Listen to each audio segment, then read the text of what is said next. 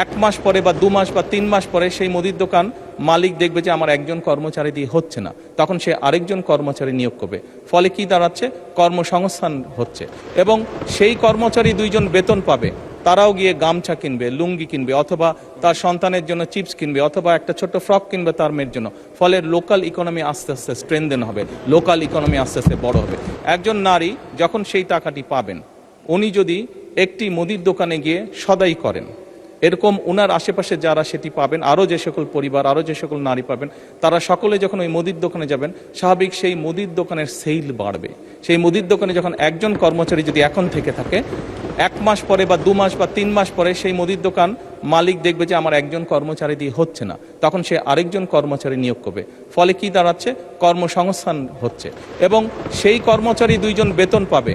তারাও গিয়ে গামছা কিনবে, লুঙ্গি কিনবে, অথবা তার সন্তানের জন্য চিপস কিনবে, অথবা একটা ছোট্ট ফ্রক কিনবে তার মেয়ের জন্য। ফলে লোকাল ইকোনমি আস্তে আস্তে স্ট্রেনদেন হবে, লোকাল ইকোনমি আস্তে আস্তে বড় হবে। কাজেই মূল্যস্ফীতি হবে বলে আমরা মনে করি না, আমাদের কোনো রিসার্চে মূল্যস্ফীতি বলে না, বরং অর্থনীতি আরো সচল হবে, অর্থনীতি আরো স্ট্রেনদেন হবে এবং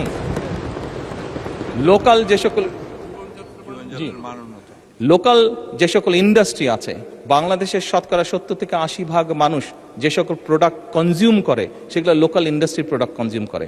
কাজে লোকাল ইন্ডাস্ট্রিগুলোকে স্ট্রেনদেন করার এটি আরেকটি উপায় এবং তার ফলে যেটি হবে, সামগ্রিকভাবে ডিপ্রাইভ যে সকল মানুষ আছে, আমি বলছি না যে আগামী 6 মাসের মধ্যে এটি হবে।